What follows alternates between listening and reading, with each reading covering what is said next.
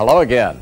I'm John McDonnell with another 90 Days, our quarterly video report about issues, events, and people important to you and me and our corporation. In this edition, we visit Kingsville Naval Air Station, where the new McDonnell Douglas T-45 training system will soon help student pilots earn their wings. We'll explore the power of empowerment and self-management with a story from our Salt Lake City facility where they build sub-assemblies for our commercial aircraft. You'll meet the winners of McDonnell Douglas's most prestigious award, people who exemplify the spirit of excellence. And I'll review second quarter financial results and highlights in this edition of 90 Days.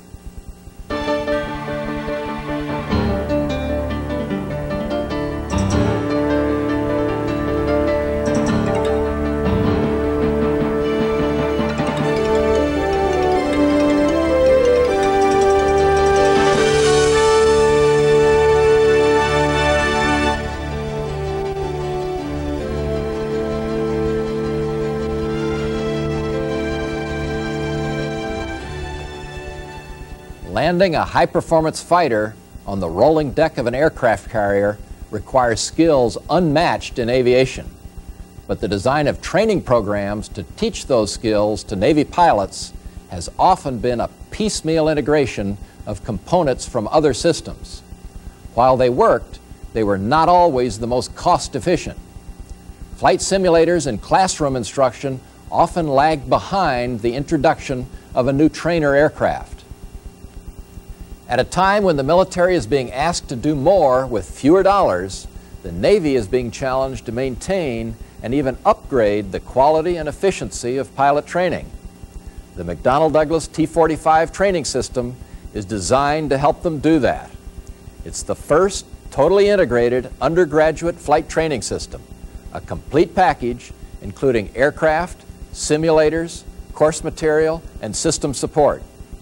The first T-45 training squadron is at Kingsville Naval Air Station, Texas, where the old classroom chalkboard is giving way to sophisticated video screens.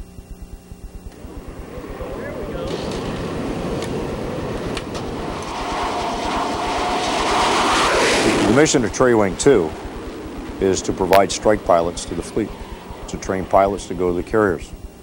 We're supported by the Naval Air Station, Kingsville. Everybody that has a tailhook, we train them down here. We've only recently really started to take a look at efficiencies and economy of scales and training. We've worked very hard to try to put systems in place where we can automate where we can cut teaching, manpower, infrastructure, all the overhead that we have in trying to do training, and to come up with more efficient training devices, T-45 being one of those, of course. A premier one, in fact. The T-45TS is a totally integrated flight training system. It consists of a T-45A aircraft, both instrument flight trainers and operational flight trainers, a training integration system, which is a computerized network which tracks and logs all of the student activities, a training support center to modify courseware, and then, of course, PC-based laser disc computer-assisted instruction. And then we also have an electronic classroom where this can be shown on a screen along with stand-up teaching. The nice thing about the electronic classroom is it focuses on learning objectives. I've flown for almost 30 years and 7,000 flight hours. I probably know more about the T-45 after 5 days of electronic classroom than any airplane I've ever flown. And part of that is because it cuts right to the nuts and bolts of what you need to know, and it doesn't bore you with a particular person's opinion or biased information. Each electronic classroom lecture is exactly the same with the exact same learning objectives for every single student that goes through. And the instructor follows a specific set of learning criteria through a course map that gives you the exact same results every single time, and you're tested the same. The bottom line is it's not personality dependent. The whole curriculum, the whole program is based on computer-generated whatever, be it course work or graphics or whatever. The computer-aided instruction, which is a student with a computer terminal. It's pleasant to look at because it moves, it's automated, and it leads the student through a very logical process to get them all the way through the lesson. But what you really do in this system is you improve quality phenomenally. We can cut down the amount of time that it takes to get them up on the learning curve, if you will, not only with the academics, but also with the simulators. We have an IFT, which is basically just a cockpit for the student practices instrument flying. Then we have the OFT, or Operational Flight Trainer, that has a large dome, if you will, with projected images. And the student can get in there. He can actually fly formation on another aircraft, let him see what it's like for the first time that he has to go do it. What this does is it not only enhances the training, but it cuts down on the cost of flying the aircraft. It allows you to do things that you would never, hopefully never, have to do in an airplane. To eject, to fly into horrible weather conditions. The realism of the visual trainer is the fact that if you get out of there nervous and feeling kind of drained, then the training is great. And we can get a chance not to just see if the student knows his emergency procedures, but we get an opportunity to see what he's made of a little bit and see if he's one of those kids that has the right stuff that we want to do this. John, we're going to have you take off here on runway 13. The instrument flight trainer is unlike the OFT where you have all the visual picture. It's strictly just looking at the cockpit gauges. But it's where the student learns to develop a scan, instrument scan.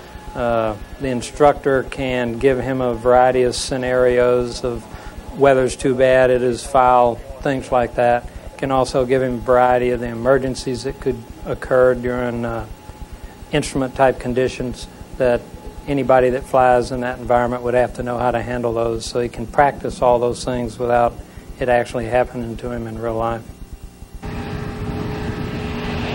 The T-45A is a derivative of the British Hawk aircraft.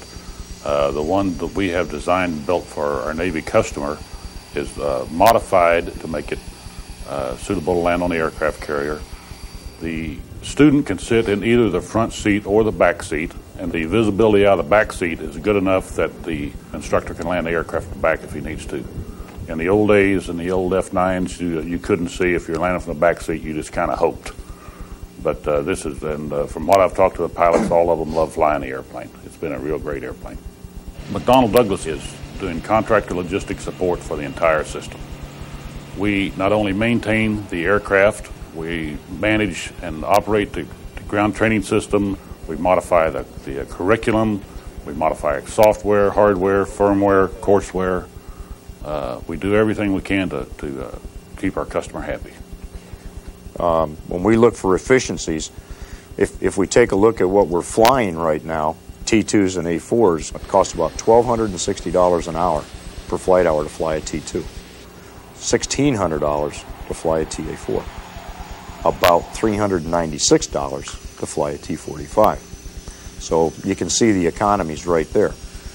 We typically can produce a quarter more of a pilot by using that whole training system than we can in a T2A4.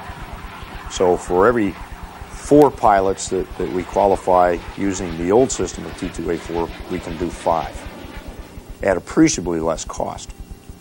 And the thing that is really required in this whole system, we were talking about quality before. The quality of the product that we put out is so much better.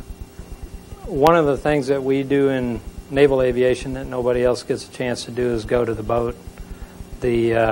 We're looking forward to doing that in the T-45, but that's really what sets the naval aviator apart. And it's a day that you never forget. You don't have to write it down. You can remember the day, the hour. Everything that we do in our flight training is to get the student ready to go to the ship. And at the point where they go that first time, that's when they feel like they've arrived. It's that catapult and that trap on an aircraft carrier that they call home about and are really excited about. And they'll never forget. We want to thank the students and staff at Kingsville for helping us demonstrate the T-45 system. With successful completion of the system's evaluation, the first students should begin T-45 training early next year. And now let's look at our financial results. Our cost-cutting efforts are definitely paying off. Despite reduced defense spending and the sluggish commercial aircraft market, despite a 16% decline in revenues compared with the same period last year, we reported record second quarter net earnings of $170 million. This compares with only $11 million the same time last year. Wall Street's reaction to our good news was immediate. After analysts improved their investment recommendations and estimates of our earnings, the value of our stock, your stock in most cases, jumped 20% within 2 weeks to a 4-year high. Higher productivity, improved margins in many programs, and the absence of major write-offs or losses also contributed to record 6-month net earnings of $386 million.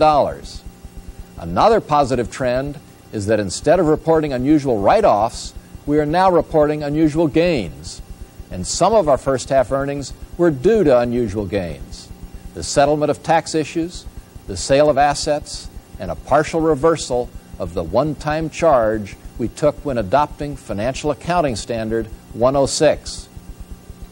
But even without those unusual gains, we still had record 6-month net earnings of $207 million. We also had record 6-month operating earnings, earnings before taxes, interest expense, and other costs of $463 million. Our commercial aircraft business achieved its 11th straight profitable quarter despite fewer deliveries. In the first half, DAC delivered 24 MD-80s compared with 52 the same time last year, 19 MD-11s compared with 21. One of those deliveries was the 100th MD-11 produced. It went to China Airlines in June, only 31 months after the first MD-11 delivery in November 1990. Today, 15 of the world's airlines operate MD-11s. Military aircraft had operating earnings essentially equal to 1991, even though revenues were down almost 10% compared with that year. And as the C-17 is transitioning into production, the program was at break-even for the second consecutive quarter. In June, the first C-17 Globemaster III was delivered to the Air Force's Air Mobility Command at Charleston Air Force Base, South Carolina. It will be used by the 437th Airlift Wing to train pilots and maintenance crews for the first operational squadron planned for 1995. Meanwhile, the test program progresses. The first live parachutist jumps from the aircraft were successfully accomplished in early July. At the time we are taping this edition of 90 Days, the C-17 program is undergoing serious DoD review. We expect a decision on future direction of the program about the time you receive this video. We don't know what the outcome will be, but be assured we have done everything we can to make it a positive one. At our helicopter company, the first laser-guided Hellfire missile was launched from a Longbow Apache prototype in May, a major milestone in the Apache modernization program. And in August, the company will deliver its 800th Apache to the U.S. Army. Very strong performance in our principal missiles and space programs led to record 6-month operating earnings in the missiles, space, and electronics segment.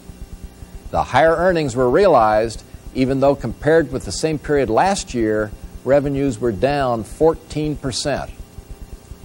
Operating earnings in financial services also improved as this segment, like the rest of McDonnell Douglas, continues to downsize and focus on its core businesses. Since the end of 1990, its peak year, financial services investment portfolio has been reduced by nearly 50%. Since the first of the year, we've reduced our aerospace debt by 15%, or $424 million. achieving our goal to reduce it by $1 billion this year will be difficult with our decision to abandon efforts to sell or joint venture the helicopter company. Without other significant asset sales likely by year end, we will have to generate almost $600 million of cash flow internally in the second half. I believe with continued outstanding performance, we can do it. With greatly improved earnings, how do we stack up against the competition? In sales, we continue to rank second behind Boeing. And in earnings, including the unusual gains, we now also rank second. Without the gains, we would rank fourth, still considerably better than our near last place position in recent years. In net profit margin, we were in last place this time last year. Today, we rank fourth, ahead of all other airframe companies except General Dynamics, which has shrunk to less than 1/4 our size. Our ability to reduce costs and increase productivity is also reflected in an improved return on equity, the rate of return on shareholder investment. Ours is almost in the category of excellent at nearly 20%. Our improved financial performance has not come easily. In this extremely difficult time in our industry, with declining revenues on the horizon, we took tough, painful steps early on to reduce costs and regain our financial strength. Financial strength, the byproduct of improved productivity and financial performance, is essential to our future success. Financial strength will give us the staying power to survive hard times and the flexibility to take advantage of new opportunities. We are getting better and stronger, and we're continuing to be aggressive in telling our story, especially about the performance of our corporation and our products, the FA-18 being one of them. Embellished a bit for this video, here's an example of one of our new radio commercials. Our spokesman is Hal Holbrook. It's not just that the FA-18 can scream off a Navy carrier deck at 2 a.m. in a downpour, nor is it the fact that in a heartbeat it can switch roles from fighter to bomber and back again. Nor is it that the McDonnell Douglas FA-18 is the only aircraft to be dubbed the workhorse of naval aviation, because when it's all said and done, it's not what this aircraft does that's so remarkable. It's what it says. And the FA-18 says that the company that created the most flexible strike fighter in naval aviation history has the financial stability and management strength to ensure its success as a major defense contributor far into the future. How do we know? Because we're already there. That's what the FA-18 says. And since we've built over 1,000 of them, the message is loud and clear. McDonnell Douglas. Performance above and beyond.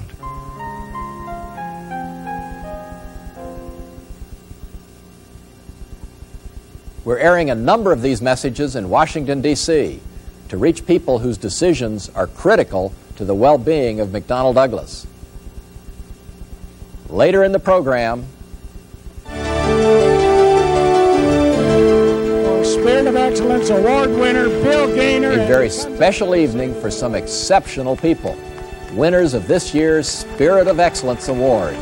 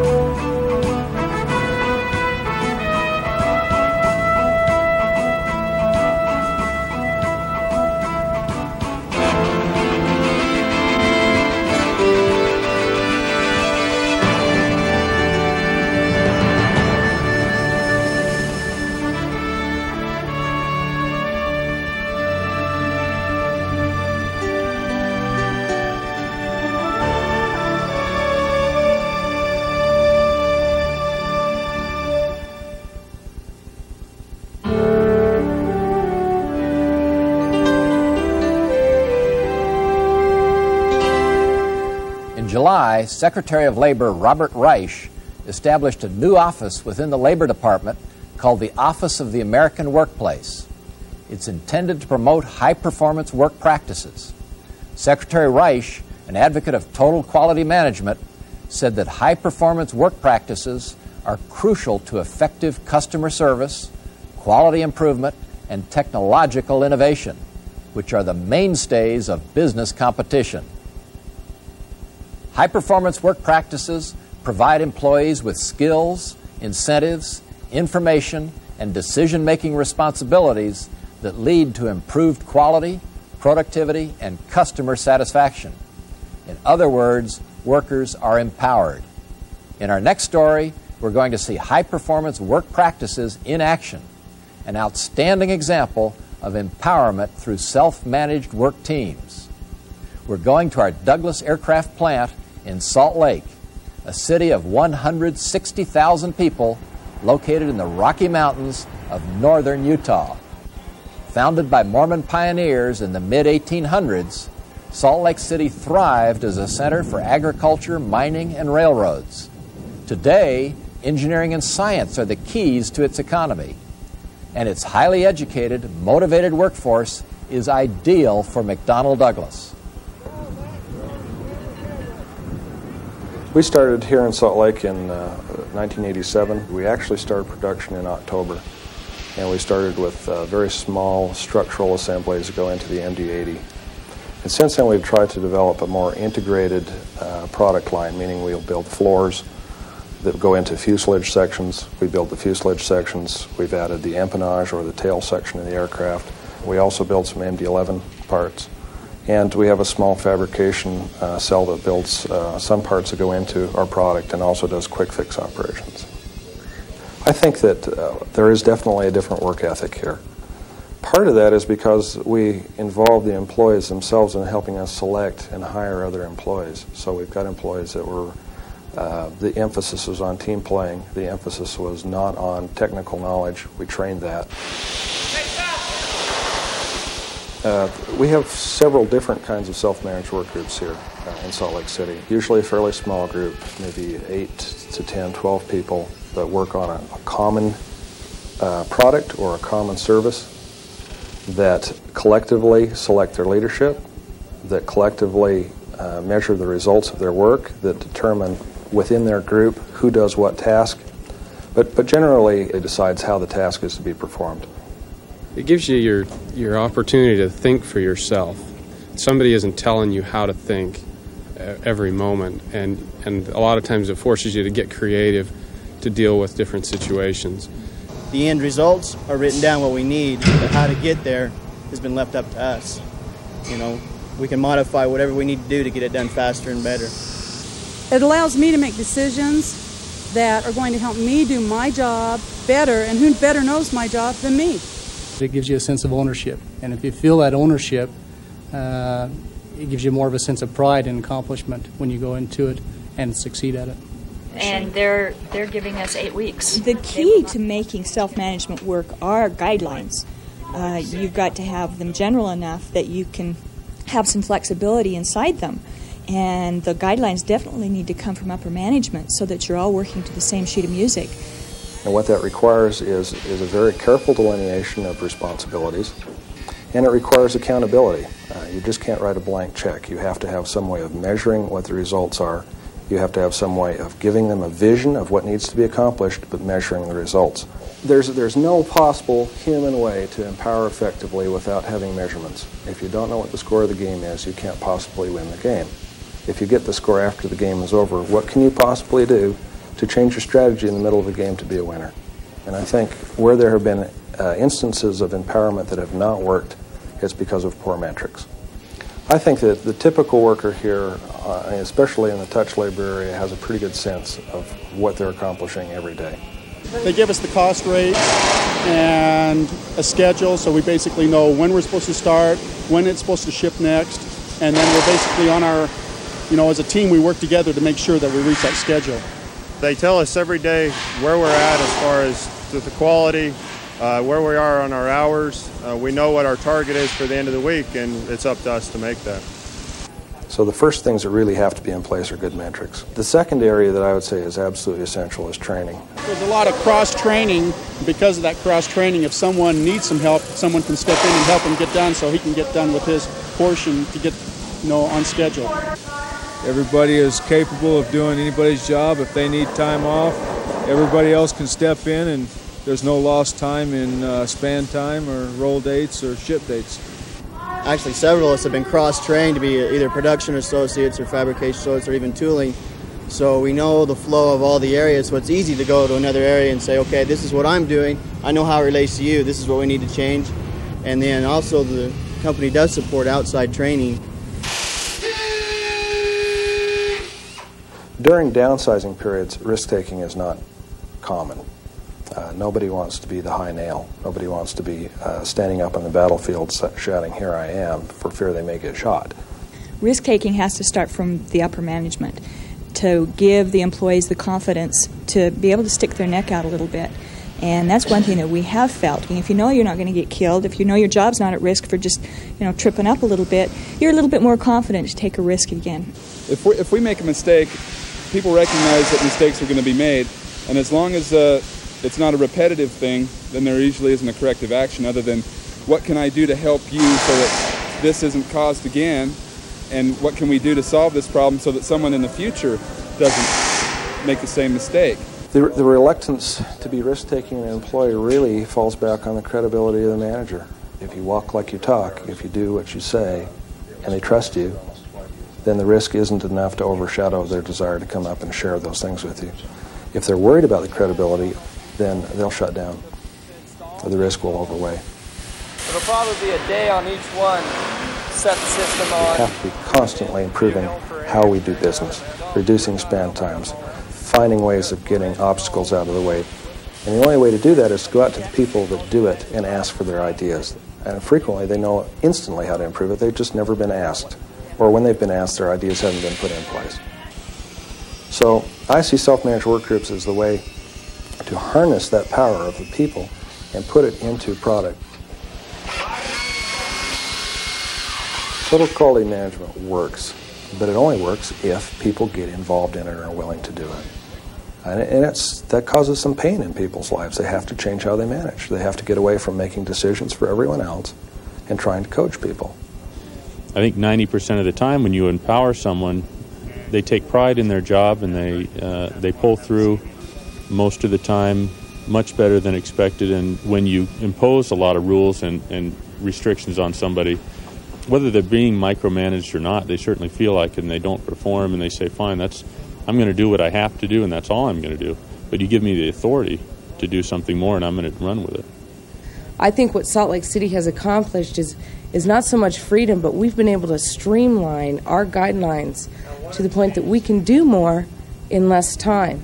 We've also streamlined them and incorporated that into each and every facet of the facility so that we are working as a team with planning, with engineering, with quality assurance. And because of that, we're doing more, we're doing it better, and we're doing it for less money. And I think that's a lot of what has made this facility a success. Kim Napper will tell you another prerequisite of empowerment is recognizing and rewarding people when they perform. Successful companies spend more time rewarding problem solvers than punishing problem causers. And you're about to meet some exceptional problem solvers right now. People who not only solve problems, but fix the systems and processes that cause them. They are the 103 people, 8 teams and 1 individual, chosen from among our teammates and suppliers to receive this corporation's highest honor, the McDonnell Douglas Spirit of Excellence Award.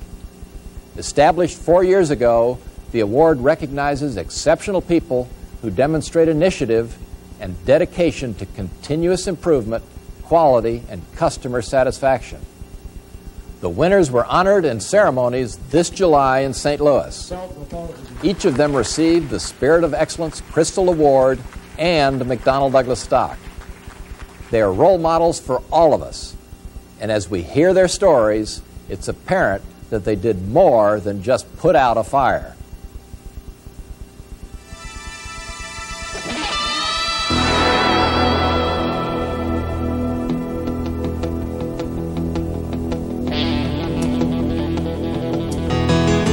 when American Airlines measured the performance of its spare parts suppliers, Douglas Aircraft ranked 23rd in a field of 25. That's when DAC's American Airlines support team went to work to fix the parts supply process to ensure timely delivery at the lowest possible cost.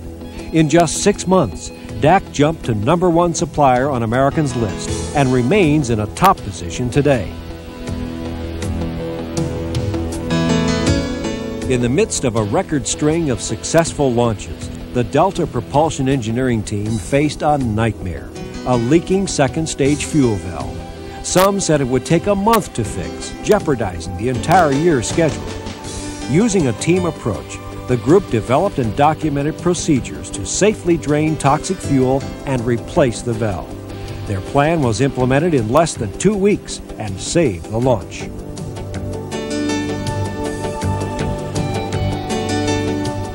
Just a momentary loss of power at the center of MDC's computer network means hours of downtime and lost work.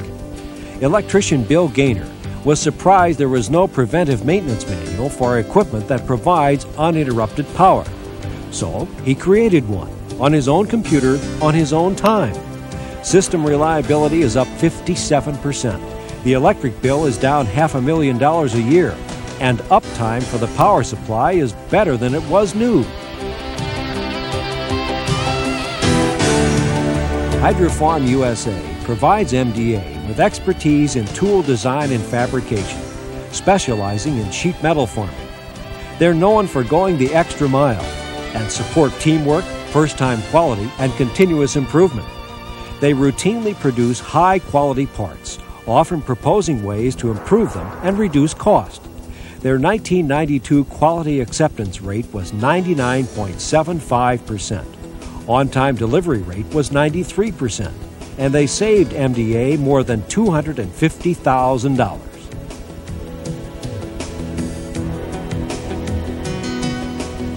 To keep the FA-18 E&F on cost and on schedule, managers needed quick, easy access to timely information.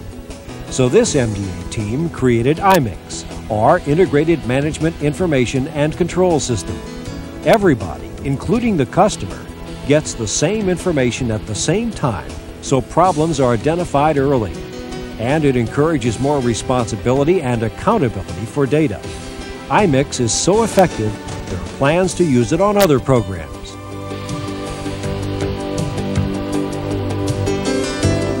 The Corporate Office Quality Financial Information Team was formed to reduce the time required to complete McDonnell Douglas's monthly accounting closing. In just 6 months, and with lots of teamwork, they cut cycle time from 17 to 10 days. And this year, they expect to shave 3 more days, boosting MDC from worst in the industry to best in class.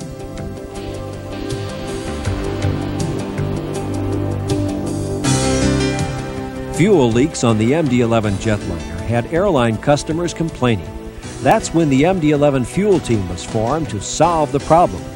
First, they found ways to improve the quality of the data they received, then visited the competition to learn how they detected leaks, and used root cause analysis to establish new procedures and requirements. It worked because fuel leaks have been virtually eliminated.